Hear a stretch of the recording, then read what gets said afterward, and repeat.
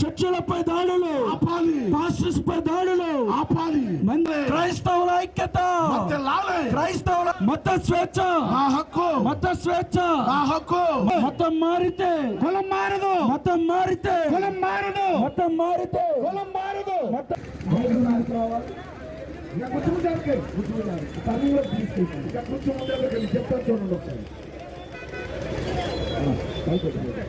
దళితులకు మత స్వేచ్ఛ లేదు. ప్రభుత్వాలు మారుతున్న దళితుల విషయంలో ఎవరు కూడా ఆలోచన చేయడం లేదు. సమాజంలో వివక్షకృతమైన దళిత వర్గం క్రైస్తవులుగా మందిరాలకు వెళుతుంటే వారి గౌరవం వస్తుంది, మందిరాలకు వెళుతుంటే వారి ఘనత వస్తుంది. అయితే దళితులకు హక్కులు తీసివేయడం రాజ్యాంగ విరుద్ధం.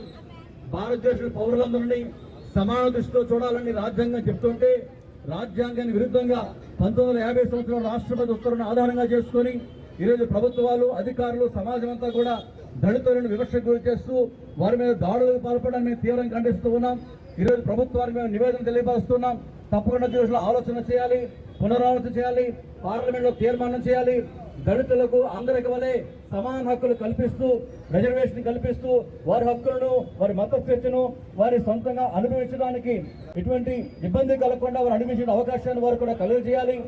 ఏదైతే దాడులు జరుగుతున్నాయో క్రైస్తవ మందిరాల మీద, క్రైస్తవ సమాజం మీద, దళిత వర్గం మీద జరుగుతున్న దాడులను అరికట్టాలి. దాడి చేసిన వాళ్ళ మీద కఠినమైన చర్యలు తీసుకోవాలని మేము డిమాండ్ చేస్తూ ఉన్నాం. ఈరోజు చాలా వివక్ష చూపిస్తూ ఉన్నారు. క్రైస్తవ వర్గాన్ని, క్రైస్తవ విశ్వాసాన్ని కించపరుస్తూ రకరకాల దూషణ మాటలు మాట్లాడుతున్న వారి మీద ఎన్నిసార్లు మేము కంప్లైంట్ చేసినా కానీ ఇంతవరకు వారి మీద చర్యలు తీసుకుపోవడం చాలా విచారకరం. ఇది ప్రభుత్వం దళిత వర్గం మీడలా, క్రైస్తవ సమాజం మీడలా చూపిస్తున్న వివక్షాన్ని మేము తెలియపరుస్తున్నాం. దీన్ని తీవ్రంగా ఖండిస్తున్నాం. కనుక ఈరోజు మాకు నినాదం ఒకటే, మత స్వేచ్ఛను కాపాడాలి, క్రైస్తవుల యొక్క హక్కులను కాపాడాలి, దళితుల హక్కులను పరిరక్షించాలి.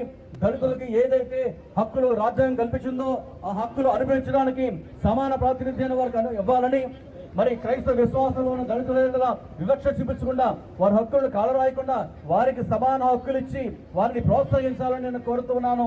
ఇది మా ప్రధాన డిమాండ్. Thank you.